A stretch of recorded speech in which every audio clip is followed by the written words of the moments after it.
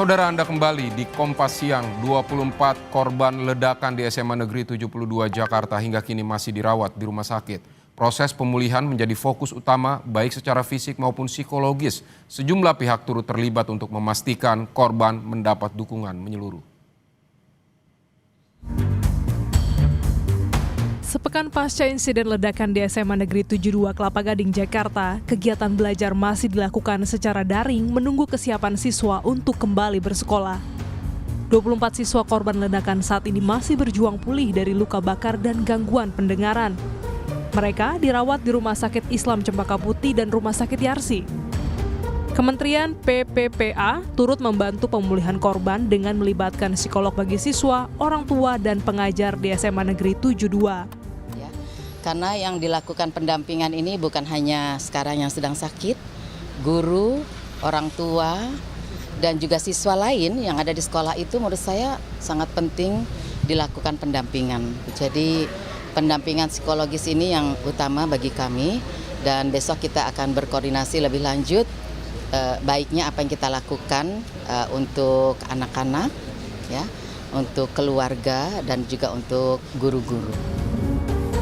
Kasus ini menjadi pengingat pentingnya sekolah menyiapkan ruang aman sebagai rumah kedua bagi anak. Guru Besar Universitas Pendidikan Indonesia, Cecep Darmawan, menegaskan pentingnya kepekaan pihak sekolah dalam melihat perilaku siswa dan mendeteksi dini kesehatan mental. Berkala atau terjadwal ya dilakukan penyuluhan, khusus dan lain-lain itu. Yang kedua juga mendeteksi tetap ya, yang tetap harus ada pendeteksian dini ya terhadap anak-anak atau remaja yang terindikasi tanda kutip itu ada perilaku-perilaku yang mencurigakan ini ada mengenai persoalan kesehatan mentalnya gitu ya. Nah, kalau itu bisa dilakukan, saya kira lebih bisa diantisipasi lebih baik ya. Jadi ada kanal ya, ada kanal-kanal yang bisa disalurkan, termasuk juga guru BP, dan juga sebetulnya bukan hanya peran guru BP ya, wali kelas, guru-guru bidang studi juga harus bisa melihat gejala-gejala misalnya anak-anak yang tadi ya, yang lain daripada yang lain gitu. Sementara itu, Menteri Kesehatan Budi Gunadi Sadikin menyampaikan bahwa penanganan traumatis korban sedang ditangani Dinas Kesehatan DKI Jakarta. Kesehatan jiwa juga menjadi bagian dari layanan cek kesehatan gratis bagi siswa mulai dari SD hingga SMA. Hal penting itu pikirannya harus dijaga.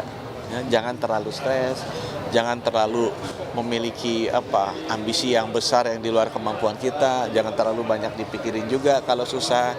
Ya, dan yang penting harus rajin berdoa, harus rajin meditasi, karena itu nanti akan membantu kita agar kondisi mentalnya baik kembali. Cek kesehatan gratis memang datang ke sekolah-sekolah, dilakukan. Oh, kesehatan mental dilakukan cek kesehatannya di sekolah. Nah, kalau nanti dia ada yang positif, itu baru di-refer ke puskesmas, nanti tenaga puskesmas yang menangani. Untuk yang SMA 72 itu masih ditangani oleh Dinas Kesehatan DKI. Dinas Sosial DKI Jakarta juga telah mendatangi SMA Negeri 72 untuk mendata siswa dan guru yang menjadi korban ledakan. Berbagai langkah pemulihan menjadi harapan agar korban dapat kembali bangkit, sementara sekolah terus meningkatkan kewaspadaan demi keselamatan siswa. Tim Liputan, Kompas TV. Saudara, bullying di sekolah tidak hanya melukai fisik tetapi juga meninggalkan dampak emosional mendalam pada anak. Baik korban maupun pelaku membutuhkan pendampingan yang tepat agar proses pemulihan berjalan efektif. Nah, saudara, untuk memahami langkah penanganan yang terbaik, kita akan membahasnya bersama Sani Budiantini, psikolog anak, remaja, dan keluarga. Sudah bergabung melalui sambungan daring. Selamat siang Ibu Sani. Ibu Sani, bagaimana ini mengenali tanda-tanda trauma pada anak korban bullying dan apa pendekatan trauma healing yang menurut Anda paling efektif?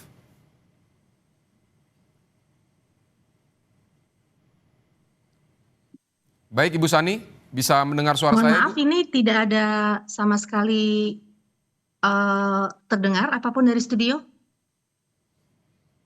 Baik, kita akan memperbaiki sambungan dengan Ibu Sani Budiantini, psikolog anak, remaja, dan keluarga. Kita akan membahas mengenai bagaimana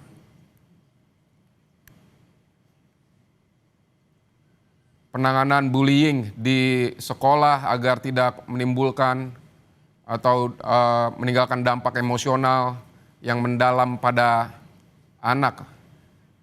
Iya, pertama-tama saya ingin berbelasungkawa terhadap korban ya, yang tidak hanya anak tapi itu juga ada guru dan yang pasti akan ada pemulihan secara fisik maupun mental. Nah, dalam hal ini memang dalam penanganan traumatic healing itu ada hal-hal tertentu yang harus kita kenali begitu. Ciri-ciri yang utama ada dari aspek misalnya emosi, di mana anak atau korban dari ledakan, korban dari satu trauma ini akan lebih sensitif, lebih mudah kaget, lebih mudah nangis begitu ya. Jadi secara emosional biasanya up and down.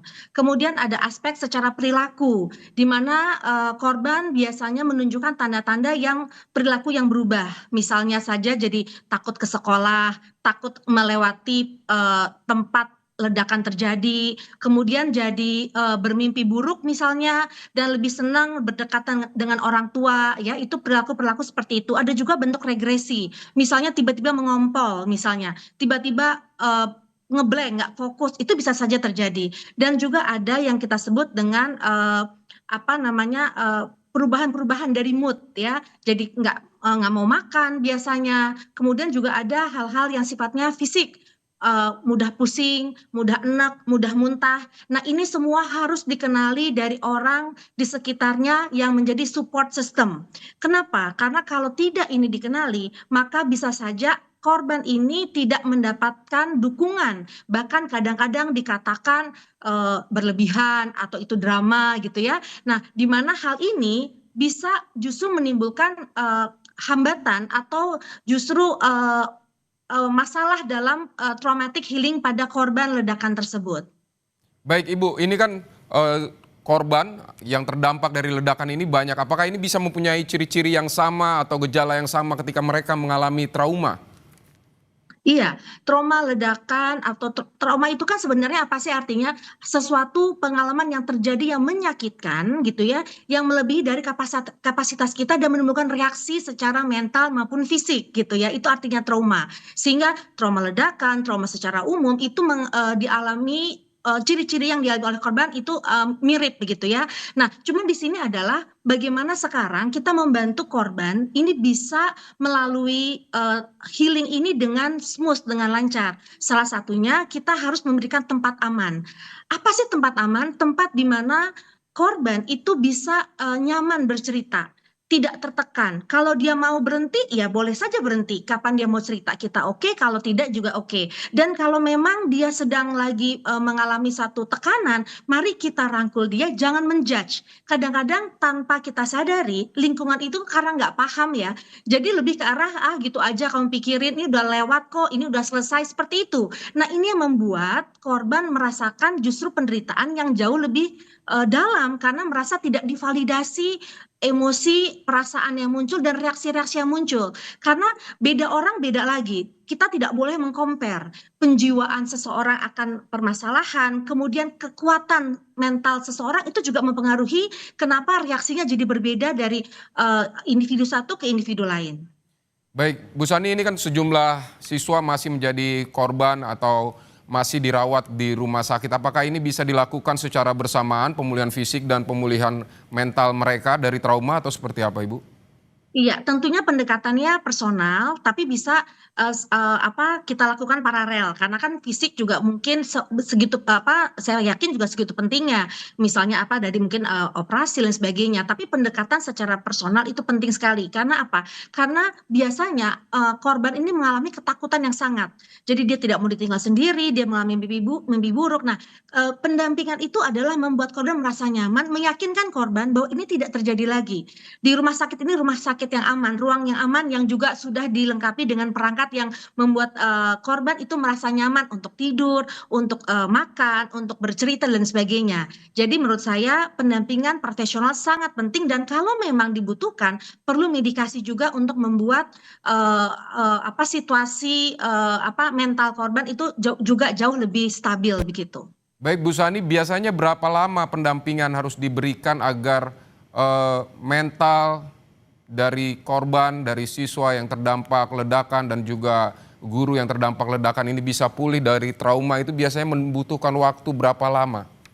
Iya, pertama sekali yang kita tahu dari secara teori 3 bulan adalah masa yang paling berat eh, bagi korban untuk melalui traumanya ya. Pasca trauma itu 3 bulan paling berat. Nah, di 3 bulan ini adalah masa yang paling kritikal di mana kita pendampingan secara profesional, orang tua, teman di sekelilingnya atau keluarga di sekelilingnya itu harus tepat dalam melakukan proses di mana kalau kita tahu 3 bulan ini biasanya anak sudah eh, enak, nanti muncul tiba-tiba. Nah, ini yang jangan sampai kita merasa, oh ini kok drama lagi, kok ini misalnya belum sembuh-sembuh, misalnya seperti itu. Tapi ini adalah hal yang wajar. Nah, nanti 3 bulan kedua ada masa yang jauh lebih dia menerima, sudah lebih tenang, lebih bisa melakukan kegiatan rutin. Walaupun kalau kita lihat selama 1 tahun itu baru kita katakan mungkin ada ketuntasan dalam 1 tahun itu di mana tidak ada lagi muncul-muncul reaksi-reaksi yang sifatnya berasal dari pasca trauma. Baik Ibu, memang pendampingan perlu dilakukan oleh yang Anda sebut profesional, konseling dilakukan oleh profesional. Tetapi apa yang bisa dilakukan pihak-pihak untuk mendukung misalnya dari sekolah ataupun orang tua seperti apa? Iya, memang dari pihak sekolah yang pertama adalah perbenahan sistem. Kan kita tadi mengumpulkan data, apa sih yang terjadi, kenapa ini terjadi dan sebagainya. Jadi sekolah juga harus meyakinkan kepada anak-anak bahwa peristiwa ini tidak terjadi lagi. Ada juga validasi emosi, ada ruang aman anak untuk bercerita di sekolah karena kita tahu sekolah adalah ruang aman buat anak juga home second home-nya mereka. Nah, tentunya juga sekolah harus menyiapkan perangkat ya ketika anak misalnya tiba-tiba mendadak pusing ya, mendadak enak ya, harus memang diistirahatkan begitu. Atau misalnya tiba-tiba mau bercerita ya harus ada juga orang yang mau mendengarkan tanpa menjudge begitu. Itu dari sekolah. Dari keluarga tadi tidak boleh mengabaikan perasaan anak yang muncul yang sekonyong-konyong kadang-kadang tiba-tiba muncul gitu. Lagi diem tiba-tiba nangis, ada bunyi tutup pintu keras kemudian mendadak kaget dan kemudian dia teriak. Nah, hal itu sebenarnya hal yang wajar yang terjadi ketika anak sedang melalui traumatic healing. Nah, orang tua harus menerimanya, mendampinginya dan mengatakan itu wajar nak.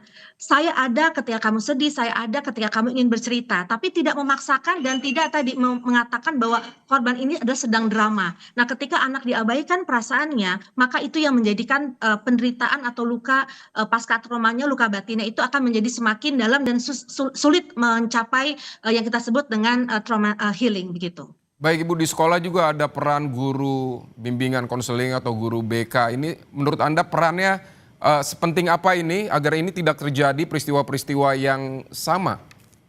Iya, memang guru BK ini kan seringkali kita image-nya kan dekat dengan anak ya, karena mereka adalah satu wadah yang ada memang untuk bercurhat begitu. Tapi memang sebenarnya tugas dari guru yang ada tuh bukan hanya guru BK, guru wali kelas, wakil kepala sekolah, even kepala sekolah pun mereka harus ready untuk mendengarkan curhatan anak sebenarnya begitu. Namun yang jelas di sini adalah pembekalan mereka dalam mengatasi atau mendampingi anak yang trauma atau guru yang trauma juga harus dibekali.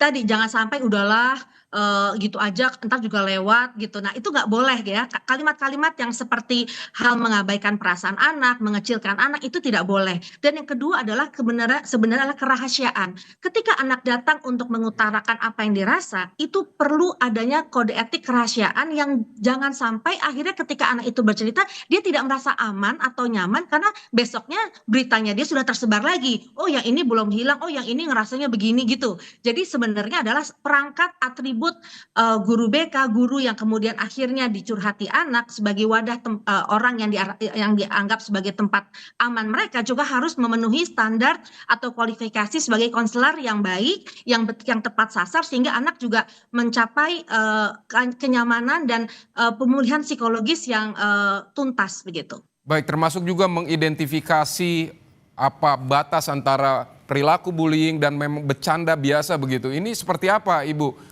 peran guru harus melihatnya? Iya, ini yang memang juga jadi prihatin ya, kadang-kadang anak itu bully ya, perlakuan bully dianggapnya bercanda, padahal itu sudah menyakitkan. Makanya kita bisa mendeteksi perangai anak tuh dari awal. Mana-mana yang calon mungkin tadi calon bisa jadi pelaku atau calon jadi korban. Nah, ini yang menurut saya perlu sekali membuat mapping. Nah, itu semua guru mestinya juga harus melihat gitu ya, mengobservasi sehingga bisa dilakukan konseling sejak dini gitu, bukan terjadi malah baru kita kurasi, lebih sulit dibanding antisipasi. Jadi saya merasa memang adanya pendekatan secara individual ke siswa itu untuk mengantisipasi adanya kejadian bullying, sehingga bullying tidak dipaket dengan bercanda. Bullying tersembunyi atau laten, padahal sebenarnya itu adalah verbal bullying misalnya, atau cyberbullying. Dan kemukakan kepada anak-anak bahwa semua yang melaporkan akan aman, saksi akan aman, bahkan korban pun yang melaporkan akan diberikan tempat khusus untuk nanti mendapatkan perlakuan khusus yang pada akhirnya mencari cara atau solusi yang tepat, yang win-win solution yang menyelamatkan korban dan juga mengedukasi pelaku agar tidak terjadi seperti bullying lagi di sekolahnya. Baik Ibu, bagaimana melatih psikologis anak agar tetap tangguh di tengah paparan konten-konten di media sosial yang mungkin dapat berpengaruh buruk kepada mereka? Ini seperti apa Ibu melihatnya? Iya, ini juga sering kali terjadi ketika anak di usia remaja, dia sedang mencari jati diri, dia mencari konten-konten yang akhirnya bisa mengidentifikasi jati diri yang diinginkan. Misalnya banyak sebenarnya ada K-pop ya, ada penyanyi idolanya, ada bintang film, termasuk juga ada tokoh-tokoh hero begitu. Nah, yang salah di sini ketika anak mengadore atau mengagumi tokoh-tokoh yang justru sifatnya radikal atau terorisme. Mungkin anak nggak terlalu paham akan masalah pakem radikalisme atau terorisme, tapi tingkah heroik yang dilakukan itu yang kadang-kadang ditiru, yang membuat anak menjadikan teridentifikasi, terinternalisasi hingga terinspirasi melakukan hal tersebut. Biasanya juga dipadu-padu dengan rasa frustrasi, rasa ketidakmampuan berkomunikasi, sehingga perilaku heroik yang dilakukan oleh terorisme, heroik dalam tanda petik ya, karena ini sebenarnya hal yang salah, itu bisa dicontoh dan bisa menjadi memenuhi keinginan anak untuk berbicara secara agresif begitu, karena dia tidak perlu harus melakukan proses tapi tinggal melakukan suatu sifat yang impactnya besar, viral, dan akhirnya anak itu menjadi pusat perhatian yang akhirnya kemudian dia tahu apa yang terjadi dengan anak tersebut.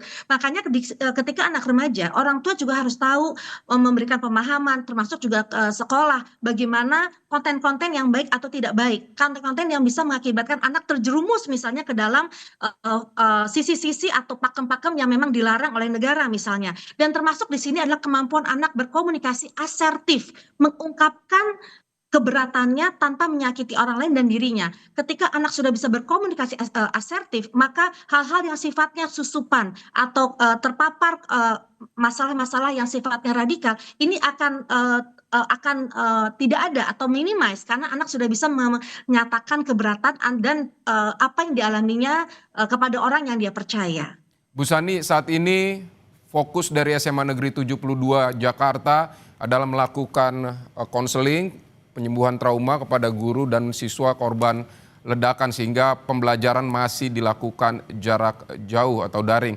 Nah, menurut Anda kapan waktu yang tepat untuk bisa memulai lagi kegiatan belajar mengajar seperti biasa? Iya, tadi saya katakan bahwa reaksi trauma itu bisa 3 bulan memang melekat pada korban atau atau juga trauma sekunder ya, yang tidak dialami oleh langsung korban tapi juga ada di sekitarnya. Nah, memang 3 bulan ini masa yang paling berat, tadi saya bilang. Cuman kita perlu juga make sure ya, memastikan apakah yang terjadi memang ketika daring, apakah juga ini akhirnya efektif untuk pembelajaran secara akademisnya begitu ya. Oleh karena itu menurut saya perlunya adanya mungkin survei atau observasi atau ada dialog-dialog dengan siswa-siswa bagaimana keadaannya dan sebagainya, sehingga menurut saya dengan konseling berjalan ya, kemudian kita juga mempersiapkan perangkat-perangkat untuk memberikan mereka wadah yang aman itu tetap terlaksana, juga memastikan apakah memang sebulan ini cukup untuk mendaringkan mereka dan kemungkinan bulan kedua sudah mulai masuk lagi dengan syarat ketika mereka masuk tetap diberikan ruang aman kepada mereka untuk orang-orang yang memang belum pulih secara tuntas begitu, sehingga ada fase yang kita sebut dengan fase pancaroba ya, atau apa namanya, adaptasi, sehingga tetap masih diperbolehkan anak yang kuat sudah bisa masuk, mungkin yang belum masih bisa daring, dan kita pantau selama 3 bulan apakah pada akhirnya nanti masuk ke fase 3 bulan sudah boleh di fase sekolah offline begitu. Baik, Sani Budiantini, psikolog anak, remaja, dan keluarga. Terima kasih sudah berbagi pandangan di Kompas Siang. Saudara, kita ke informasi selanjutnya. Seorang